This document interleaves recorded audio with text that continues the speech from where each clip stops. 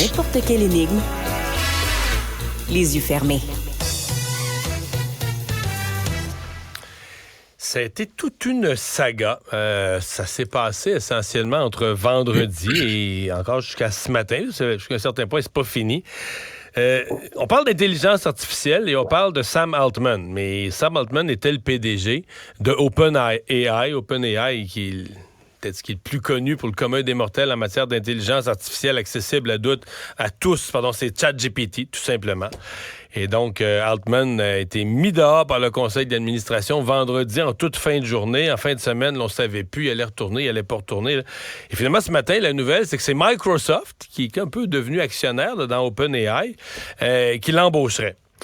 Et là, en cours de journée, on nous dit qu'il y a des centaines d'employés d'OpenAI qui disent « Si vous ne nous ramenez pas notre PDG, nous, on s'en va, on démissionne. » Les autres, ce qu'ils veulent, c'est le retour de Sam Altman dans leur business et de mettre dehors le conseil d'administration. Dave Anctil, chercheur à l'Observatoire international sur l'intelligence artificielle, est avec nous. Bonjour. Bonjour. J'avais entendu souvent des gens, les spécialistes de l'intelligence artificielle, s'inquiéter compte tenu de la puissance de ça, que ça devienne trop commercial. Mais là, quand on voit un peu cette saga-là, ça soulève de sérieuses questions, non? Oui, ça soulève notamment des questions de gouvernance à OpenAI. J'ai rarement vu un cafouillage de la sorte et il y a très peu d'informations fiables qui sont sorties jusqu'à maintenant. Alors, il y a deux grands camps, c'est ce qu'on comprend. D'un côté, il y a sur le conseil d'administration de cette non-profit. Alors, on pourrait y revenir parce que c'est une spécificité. Le fait que ce soit une société à but non lucratif affecte un peu le fonctionnement de la gouvernance. Alors, on a d'un côté le scientifique en chef Ilya Sutskever et la directrice technologie Mira Murati. Et de l'autre côté, également sur le conseil d'administration d'OpenAI, donc Sam Altman et Greg Brockman, qui donc les deux ont quitté. Alors, on n'est pas certain des raisons qui ont été avancées, mais une chose est sûre, c'est que l'information qui a filtré, c'est que ça faisait longtemps, peut-être aussi lointain que 2019, qu'il y avait une tension à l'intérieur de l'entreprise entre d'un côté son mandat de faire avancer l'intelligence artificielle et de l'autre, bien sûr, la profitabilité nécessaire d'une entreprise qui doit financer l'innovation technologique. Donc, la pureté versus la tentation de la rentabilité. Je pense pas que c'est la pureté comme telle, mais plutôt un très grand désir de faire avancer la technologie. Puis je vous explique, c'est vraiment important pour le public, que le public comprenne ça. OpenAI a probablement, moi c'est ce que je soutiens, l'équipe des meilleurs ingénieurs en apprentissage profond. Alors notamment 300 ingénieurs d'élite qui sont vraiment le cœur de l'innovation de cette entreprise-là. Et ces gens-là sont allés à OpenAI précisément parce que la société fonctionnait différemment des grandes entreprises, la Big Tech, que les injonctions de profit étaient moins importantes que la science et le développement de la technologie.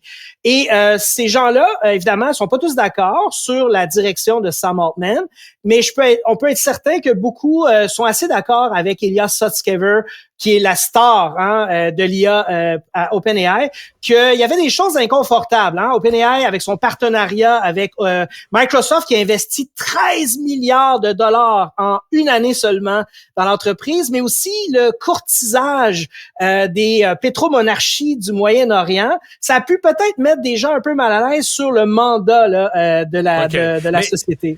Mais pour nous, là, pour le commun des mortels, tu sais, on dit, OK, c'est une entreprise sans but lucratif. Pourquoi Microsoft met 13 milliards dans un OSBL? Là? C'est pas pour du travail communautaire, là?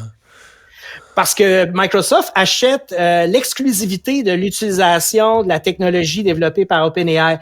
Alors, si on regarde les produits Microsoft, ils utilisent GPT-4, qui est le modèle d'IA de pointe développé par OpenAI. Ils sont à peu près les seuls à pouvoir l'utiliser. Et évidemment, pour eux, il y a une rentabilisation assez rapide, merci. Par exemple, le 1er novembre, Microsoft a sorti Copilot, qui est une licence additionnelle pour les grandes organisations pour intégrer le plus puissant modèle d'OpenAI dans la suite Office 365. Là, on parle de dizaines de millions d'abonnements supplémentaires avec une prime pour Microsoft. Donc, Microsoft, je suis pas inquiet pour eux. Hein, ils ont fait des bonnes affaires avec OpenAI.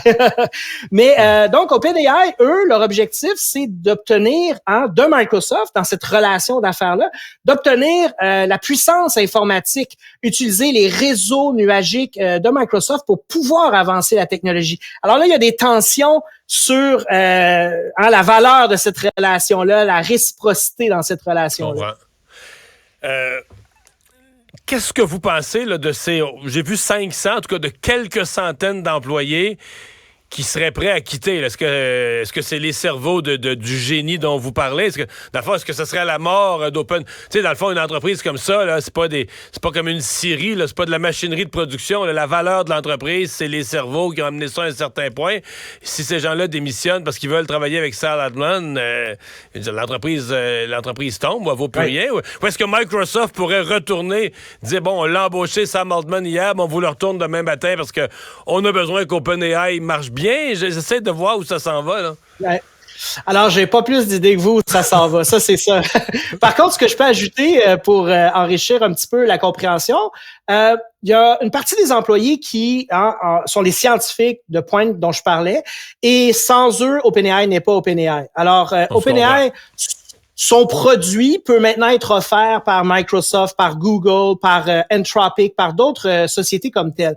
Ce qui fait que les gens vont continuer à donner de l'argent à OpenAI, c'est parce qu'ils sont les plus avancés en IA de pointe. Alors, ces employés-là, ils ont une grande décision à prendre aujourd'hui. Est-ce que je vois un avenir à OpenAI, ou si le départ de Sam Altman comme dirigeant charismatique qui est capable d'aller chercher tout ce que OpenAI a besoin pour se développer, s'ils perdent confiance à la nouvelle direction. Alors là, il y a un nouveau PDG qui a été nommé par le comité d'administration qui s'appelle Emmett Shear. Emmett Shear est aussi très talentueux. Il vient de Twitch. Twitch, c'est une plateforme associée à Amazon de jeux vidéo. Alors, il a eu beaucoup de succès. Il a une très bonne connaissance aussi du secteur de l'intelligence artificielle. Alors, ils ont été chercher une autre star pour remplacer Sam Altman. Mais je voudrais pas être dans les souliers de Emmett Shear parce que Sam Altman est devenu, pour le meilleur et pour le pire, le visage d'OpenAI. Et ça se peut très bien qu'il y ait des employés très importants dans l'entreprise qui vont vouloir quitter, surtout que Microsoft, eux, ils profitent des deux côtés. Ils ont dit, nous, on va prendre Greg Brockman, on va prendre Sam Altman, et on va leur trouver tous les gens qui veulent venir travailler avec nous. Alors, nous, on s'en fout parce qu'on a notre partenariat avec OpenAI qui les force à nous donner leur technologie. Et de l'autre côté, si on peut prendre leurs employés, on va développer ici à l'interne. Exactement. Donc, Microsoft est win-win pour eux. C'est juste bizarre. C'était bizarre. On voyait que Satya Nadella, le PDG de Microsoft, était inconfortable. Il comprenait pas la situation, mais c'est un peu tout le monde. Il y a personne qui comprend vraiment ce qui se passe.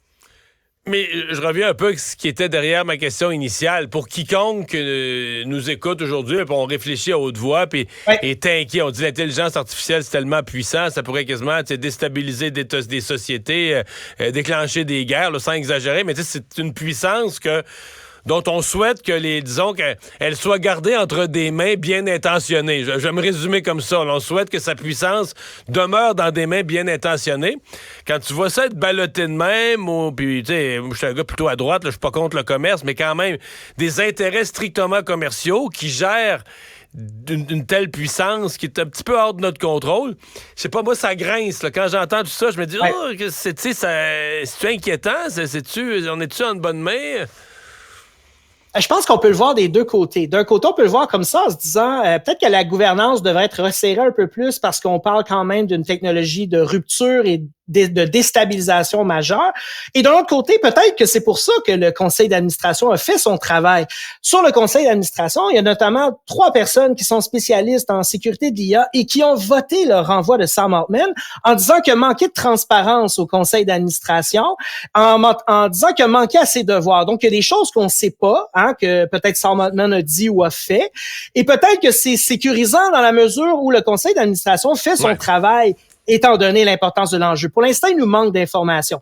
Pour revenir à la question plus large que vous posez, je suis d'accord avec vous. Je pense que lorsqu'on parle des sociétés qui développent l'IA de pointe, là, il devrait y avoir une présence accrue du gouvernement, des responsables de cybersécurité nationaux pour vérifier c'est quoi l'état des lieux, là. Est-ce qu'on peut s'inquiéter de ces modèles-là? Et est-ce qu'il y a des risques, justement, par exemple, de vol industriel? Lorsqu'il y a des déplacements d'employés puis il y a des gens pas contents, ces gens-là peuvent donner des secrets industriels qui pourraient donner à des pays mal intentionnés accès plus rapidement à cette technologie de pointe-là. Donc, il y a beaucoup de choses inquiétantes qui se passent effectivement là-dedans. Eh bien, on aura probablement d'autres occasions d'en reparler. J'ai l'impression qu'il reste des rebondissements dans cette saga. Merci beaucoup d'avoir été là. Ça me fait plaisir. Au revoir. Vous écoutez